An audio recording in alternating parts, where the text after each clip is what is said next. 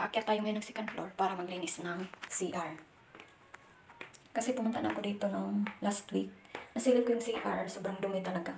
Ang daming tae ng ipis. Kaso lang, di ko siya nilinisan kasi may ginagawa pa ako nung time na yon. Tapos dito sa second floor, meron tayong dalawang room. Ito yung una, meron tayong double deck. Ito yung tulugan ko sa taas. Nung nandito pa yung pinsan ko. Tapos, sa baba naman yung pamangkin ko. Tapos, ito yung kanyang study table. Tapos, ayan, may mga upuan pa tayo. Tapos, itong sahig natin, madumi tingnan, pero mancha lang yan. Hindi yan siya alikabok. Mancha lang. Kasi, kulay white yung sahig. Siguro sa katagalan. Tapos, ayan, ito yung sa kabila.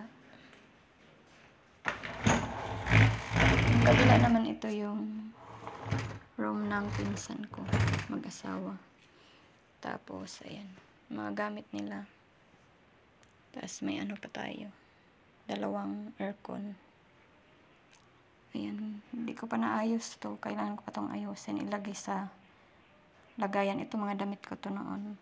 Gusto ko na sanang itapon, pero yung iba na medyo lumang-luma na ginawa kong pamunas sa sahig. Ayan. Tapos ngayon, papakita ko sa inyo yung CR. Kung gaano kadumi. Bulaga. Ayan, may ipis pa nga. Madilim. So, sira na yung switch natin dito. Ayan. Pailawin na natin. Ayan. Ganyan siya kadumi. Oh. Ganyan. Tapos ang ating ano. Ayan na yung mga tae ng ipis. Kaya lilinisin natin to. Tapos na tayong maglinis. So ito na siya. Ayan. Hindi ko na pinapakita sa inyo kung paano ko siya nilinisan kasi madilim na. Walang ano. Sira yung switch dito. Ayan.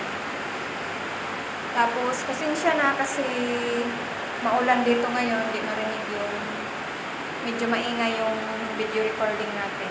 Tapos ayan, may nakuha tayong tatlong ipis. Ayan yung labas natin guys, maulan. 2 araw na to laging